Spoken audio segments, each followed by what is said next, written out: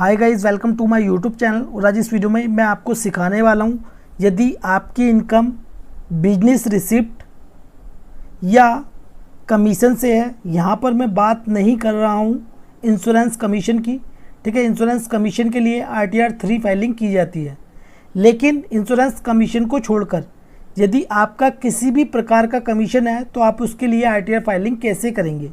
तो ये वीडियो बहुत ज़्यादा इंपॉर्टेंट होने वाली है, बने रही इस वीडियो के साथ। और यदि अभी तक आपने मेरा यूट्यूब चैनल सब्सक्राइब नहीं किया है तो कर लीजिए ऐसे ही बेनिफिशियल वीडियोस के लिए। और आप हमारे एक्सपर्ट से भी अपनी RTR फाइलिंग और RTR कंप्यूटेशन तैयार करा सकते हैं दिए हुए नंबर पर कॉन्टैक्ट करके। और ये नंबर सिर्फ पेड सर्विसेज के लिए है। तो गाइस चलते हैं वीडियो को स्टार्ट करते हैं। तो सबसे पहले आपकी ID रजिस्टर्ड होगी। यदि आपकी ID रजिस्टर्ड नहीं है तो आपको रजिस्टर्ड कर लेनी है। जैसे ही आप यूज़र ID और पासवर्ड डालकर लॉगिन करेंगे, लॉगिन करने के बाद आपके सामने होम पेज आ जाएगा, ठीक है। और आपको मिल जाएगा फाइल नाउ का ऑप्शन, आपको इस पर क्लिक करना है। सिलेक्ट असेसमेंट ईयर, जो कि current assessment year 2024 and 25। Select mode of filing, तो दो तरह से RTR फाइलिंग होती है, ऑफलाइन और ऑनलाइन। आज इस वीडियो में मैं आपको सिखाने वाला हूँ ऑनलाइन। इस पर टिक मार्क करेंगे, कंटिन्यू पर क्लिक करेंगे, स्टार्ट न्यू फाइलिंग पर क्लिक करेंगे।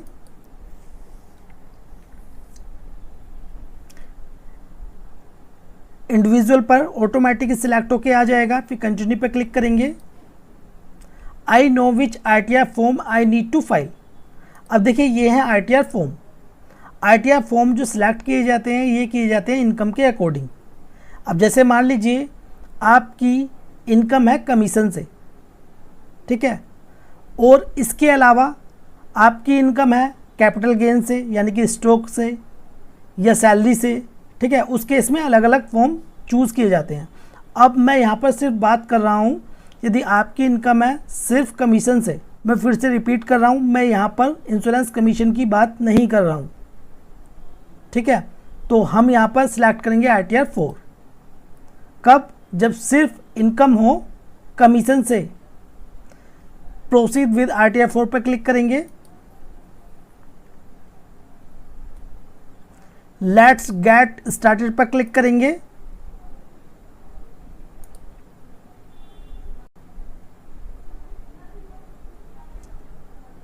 उसके बाद यहाँ पर तीन ऑप्शन शो हो रहे हैं, इनमें से एक को टिक मार्क करना है। बेसिक एग्जाम्पशन लिमिट से अधिक है तो आपको इस पर टिक मार्क करना है। सेकंड वाला ऑप्शन आप इसको केयरफुली रीड कर लें, यदि आपकी कंडीशन में आया तो आप इसे टिक मार्क कर सकते हैं। और इसमें अदर्स का ऑप्शन भी दिया हुआ है, ठीक है। तो हम यहाँ पर टिक मार्क करेंगे पहला वाला ऑप्शन, क्योंकि जो बेसिक एग्जाम्पशन लिमिट होती है वो होती है हमारी, जैसे कि करंट असेसमेंट ईयर 2024 और 25 में बेसिक एग्जाम्पशन लिमिट है 3 लाख, ठीक है। यदि आपकी इनकम 3 लाख या 3 लाख से कम है तो आप यहाँ पर अदर्स का ऑप्शन भी चूज़ कर सकते हैं। और यदि आपकी इनकम बेसिक एग्जाम्पशन लिमिट से अधिक है, यानी कि 3 लाख से ज़्यादा है, तो उस कंडीशन में आप पहला वाला ऑप्शन चूज़ कर सकते हैं। सेकंड वाला ऑप्शन आप इसको केयरफुली रीड कर लें। फिर कंटिन्यू पर क्लिक करेंगे।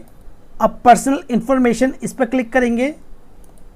नेचर ऑफ एम्प्लॉयमेंट, अब ये है यदि आप एक सैलरीड एम्प्लॉई हैं या सैलरीड पर्सन है तो उस केस में आपको यहाँ पर सिलेक्ट करना है। जैसे कि इसमें दिया हुआ central government, state government, PSU, pensioners, ठीक है। अदर्स का ऑप्शन भी दिया हुआ है और नॉट एप्लीकेबल का भी।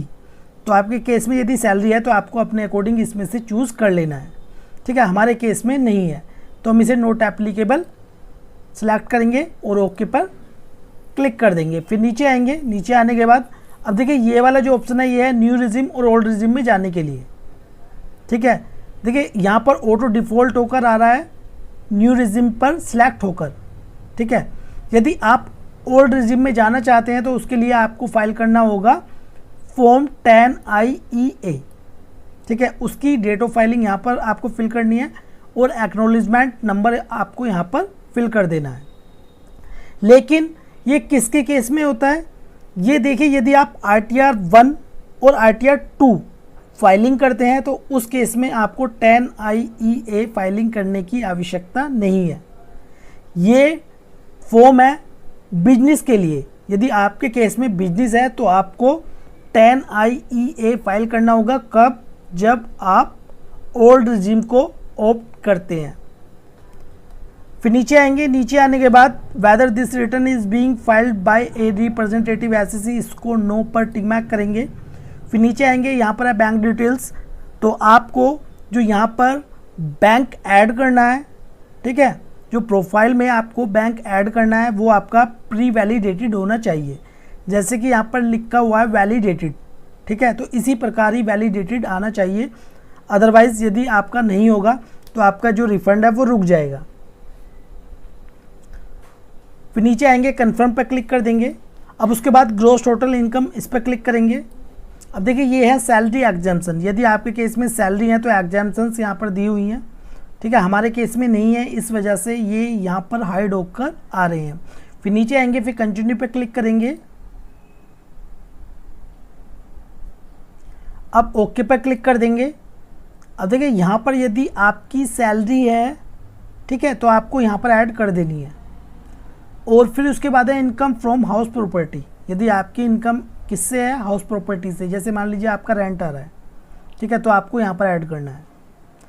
लेकिन सिर्फ आपकी इनकम है बिजनेस से, बिजनेस यानी कि कमीशन, ठीक है, तो इसमें ऐड करने से पहले मैं आपको एक बार 26 ईयर्स में थोड़ा बता देता हूँ। अब जैसे मान लीजिए ये है फॉर्म 26 ईयर्स, ठीक है, तो आपकी इनकम फॉर्म 26 ईयर्स में शो हो जाएगी, ठीक है, हमारे केस में यहाँ पर शो नहीं हो रही है, लेकिन फिर भी मैं आपको बता देता हूँ। तो देखिए आपकी इनकम और टीडीएस जो आपका कट होगा वो किस सेक्शन के अंतर्गत होगा, वो होगा 194H। मैं फिर से रिपीट कर रहा हूँ, जो कमीशन की इनकम होती है वो यहाँ पर शो होगी कौन सी, 194H। यदि आपका सेक्शन है 194D तो वो हो गया इंश्योरेंस कमीशन, और इंश्योरेंस कमीशन के लिए RTR 3 फाइलिंग की जाती है, RTR 4 में नहीं, ठीक है। और यदि आपकी इनकम है कॉन्ट्रैक्ट रिसिप्ट से, तो देखिए मैं यहाँ पर कमीशन के लिए भी बता रहा हूँ और आपको कॉन्ट्रैक्ट रिसिप्ट के लिए भी, ठीक है, दोनों के लिए सेम ही RTR फाइलिंग की जाएगी। अब ऐड डिटेल्स पर क्लिक करेंगे।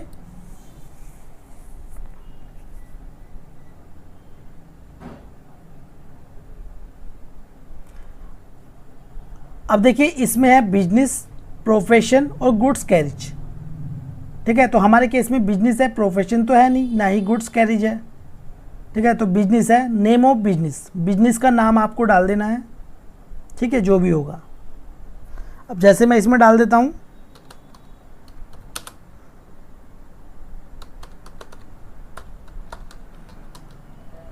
Business code. अब देखिए यहाँ पर आपको बिजनेस कोड को सिलेक्ट करना है कमीशन के केस में, ठीक है, या कॉन्ट्रैक्ट रिसिप्ट के केस में।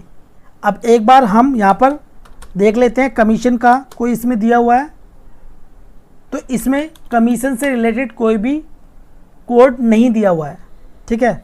कॉन्ट्रैक्ट रिसिप्ट उसे भी चेक कर लेते हैं, नहीं है, तो हम क्या ऐड करेंगे यहाँ पर, अदर सर्विसेज, क्या करेंगे, अदर सर्विसेज, और यहाँ पर डिस्क्रिप्शन में हम डाल देंगे कमीशन है तो कमीशन डाल देंगे,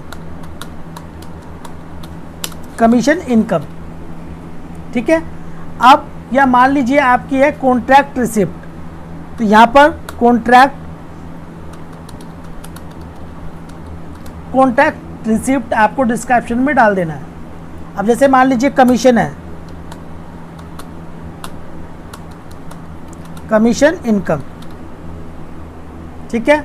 अब यहाँ पर ग्रोस टर्नओवर और ग्रोस रिसिप्ट। अब देखिए यदि आपकी कमीशन या कॉन्ट्रैक्ट रिसिप्ट इनकम बैंक से है तो आपको इसमें डालना है, कैश में है तो यहाँ पर डालना है, या आपकी बैंक और कैश को छोड़कर किसी अन्य में है तो आपको यहाँ पर डालना है, ठीक है। फिर ऐसे ही यदि बैंक से आपकी रिसिप्ट है तो 6% वाले में ऐड करना है इनकम को, ठीक है, यहाँ पर आएगी रिसिप्ट, यहाँ पर आएगी इनकम। और यदि कैश में है तो आपको 8% में ऐड करना है। अब जैसे मान लीजिए हमारी बैंक से है 3,50,400 रुपये, ठीक है। अब इसे आप कमीशन इनकम या कॉन्ट्रैक्ट रिसिप्ट मान लीजिए, ठीक है, हो सकता है आपकी इसमें ज़्यादा हो या कम भी हो सकती है, तो हमने बैंक के थ्रू हमारी कमीशन इनकम या कॉन्ट्रैक्ट रिसिप्ट हमें रिसीव हुई है, ठीक है, इस वजह से हम 6% वाले में ऐड करेंगे। अब इसमें आपको जो इनकम दिखानी है वो आपकी रिसिप्ट की 6% से कम नहीं होनी चाहिए, और 6% से ज़्यादा आप कितनी भी दिखा सकते हैं। जैसे हम इसमें इनकम ऐड कर देते हैं 3 लाख रुपए, ठीक है, आपको अपने अकॉर्डिंग ऐड कर देना है। कम करना चाहे तो कम भी कर सकते हैं, ज़्यादा करना चाहे तो ज़्यादा भी कर सकते हैं, लेकिन रिसिप्ट से ज़्यादा नहीं होनी चाहिए। फिर नीचे आएंगे, ऐड पर क्लिक कर देंगे। अब उसके बाद नीचे आएंगे, नीचे आने के बाद हमारी कमीशन या कॉन्ट्रैक्ट रिसिप्ट यानी कि बिजनेस की इनकम हमने ऐड कर दी है। फिर है इनकम फ्रॉम अदर सोर्सेज, जैसे कि हमारा इंटरेस्ट था सेविंग बैंक अकाउंट से, तो 571 रुपये यहाँ पर शो हो चुका है। इसके अलावा यदि आपकी कोई अदर इनकम है तो आप इसमें ऐड कर सकते हैं, ठीक है, हमारे केस में नहीं है तो हम इसमें ऐड नहीं करेंगे। अब नीचे आएंगे और कन्फर्म पर क्लिक कर देंगे। अब है डिस्क्लोजर एंड एग्जाम्प्ट इनकम, इस पर क्लिक करेंगे। Financial particular of the business add details, it is mandatory to fill these details, add details पर क्लिक करेंगे। अब देखिए इसमें हमें क्या ऐड करना है, अब आपकी कितनी लायबिलिटी है और कितनी आपकी एसेट्स है वो ऐड करना है। ऊपर की तरफ लायबिलिटीज़ हैं, नीचे की तरफ एसेट्स हैं। अब जैसे मैं आपको बता देता हूँ, पार्टनर मेंबर अवन कैपिटल वो आपको यहाँ पर ऐड करनी है। Secured loan, unsecured loan, advances, syndicators, other liabilities, total capital and liabilities, fixed assets, inventories, सन्डी debtors, balance with bank, cash in hand, loan, advances, other assets, total assets, ठीक है। तो आपके केस में आपकी कितनी लायबिलिटीज़ है और कितनी आपकी एसेट्स हैं वो आपको ऐड कर देनी है, ठीक है। मैं अपने अकॉर्डिंग इसमें ऐड कर देता हूँ। अब उसके बाद information regarding turnover gross receipt reported for GST, यदि आपके पास जीएसटीएन नंबर है तो आपको क्या करना है, ऐड डिटेल्स पर क्लिक करना है। यदि जीएसटीएन नंबर है तो यहाँ पर जीएसटी नंबर ऐड करना है, और जीएसटी के अकॉर्डिंग आपकी कितनी रिसिप्ट है वो आपको यहाँ पर ऐड कर देनी है। हमारे केस में नहीं है तो हम इसमें ऐड नहीं करेंगे, तो हम कैंसिल पर क्लिक करते हैं। अब नीचे आएंगे, कन्फर्म पर क्लिक कर देंगे। टोटल डिडक्शन, इस पर क्लिक करेंगे। तो देखिए हम जा रहे हैं न्यू रिजिम में, और न्यू रिजिम में हम कोई भी डिडक्शन क्लेम नहीं कर सकते, इसलिए यहाँ। अब उसके बाद नीचे आएंगे, कन्फर्म पर क्लिक कर देंगे। ये टैक्स पेड, इस पर क्लिक करेंगे। अब जैसे मान लीजिए आपका टीडीएस कट हुआ है सैलरी से, तो यहाँ पर शो होगा, और सैलरी को छोड़कर यदि कहीं भी आपका टीडीएस कट हुआ है तो यहाँ पर शो होगा अदर देन सैलरी में, ठीक है।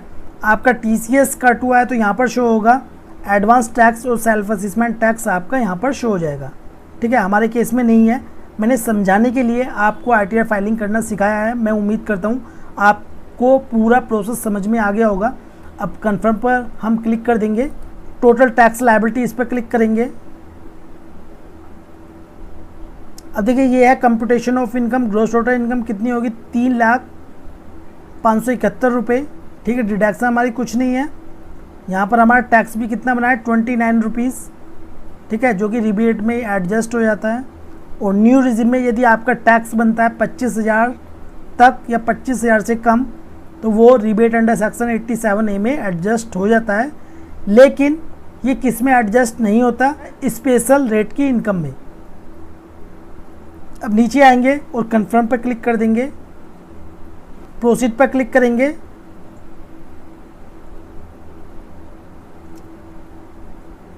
अब देखिए आपका जो टीडीएस कट हुआ होगा, ठीक है, आपके केस में, तो यहाँ पर आपका जो रिफंड है शो हो जाएगा, ठीक है। यहाँ पर 0 आ रहा है, लेकिन आपका यहाँ पर जो भी टीडीएस होगा वो यहाँ पर शो हो जाएगा।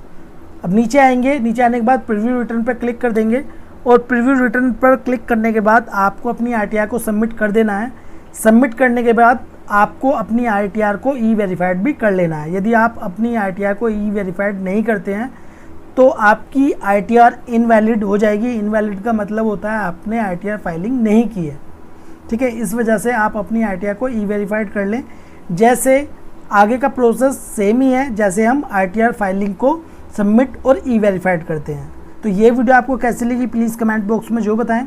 वीडियो आपको अच्छी लगी तो प्लीज़ लाइक कर दें और इस वीडियो को शेयर करें अपने फ्रेंड्स के साथ। और यदि अभी भी आपका कोई डाउट है तो मुझे कमेंट बॉक्स में कमेंट करिए, मैं आपके क्वेश्चन का रिप्लाई ज़रूर दूंगा। और यदि आप हमारे एक्सपर्ट से अपनी ITI फाइलिंग कराना चाहते हैं तो दिए हुए नंबर पर कॉन्टैक्ट कर सकते हैं। और मैं आपको बता दूं वो नंबर सिर्फ पेड सर्विसेज है और आप व्हाट्सएप पर ही कॉन्टैक्ट करें। तो मिलते हैं नेक्स्ट वीडियो में, जब तक के लिए जय हिंद जय भारत।